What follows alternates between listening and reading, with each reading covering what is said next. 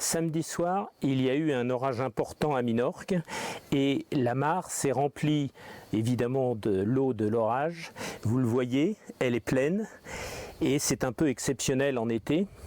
En tout cas, les massettes qui sont là sont dans l'eau et c'était pas le cas l'an dernier. L'an dernier, il y avait beaucoup moins d'eau et les massettes étaient bien à sec et l'espace pour les tortues était beaucoup plus important que cette année. En fait, cette année, l'espace pour les tortues est relativement réduit à cause de la massette qui boit beaucoup d'eau. Et les tortues risquent effectivement, si il n'y a plus d'eau dans cette mare, de devoir estiver, de devoir survivre pendant l'été. Ça va être très compliqué, surtout qu'il y a beaucoup de prédateurs qui les attendent sur terre.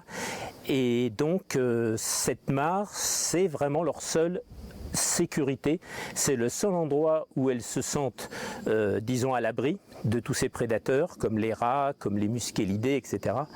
Et donc il est important qu'elles puissent disposer d'eau dans cette mare. Donc là pour le moment, effectivement, vous voyez de l'eau rouge, puisque la terre est argileuse, donc l'eau est rouge.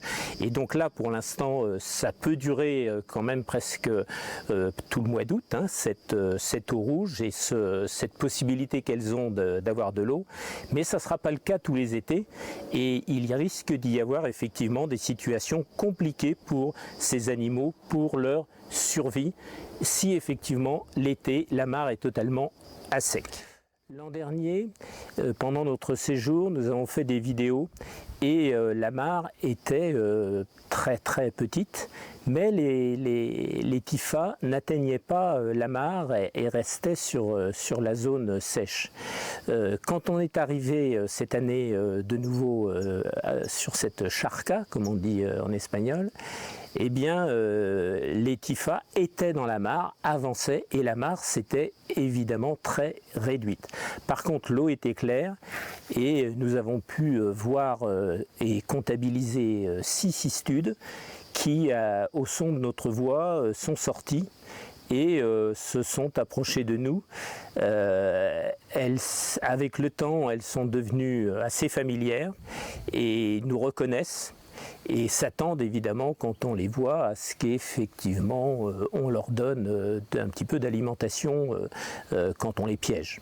Donc les cistudes ici ont un habitat qui est compliqué et il faut qu'il y ait des interventions humaines pour faire en sorte de réparer aussi des erreurs humaines comme l'incendie 2006 qui a été un incendie volontaire et qui a provoqué le comblement de cette mare par l'érosion, la terre érodée et par les cendres de l'incendie.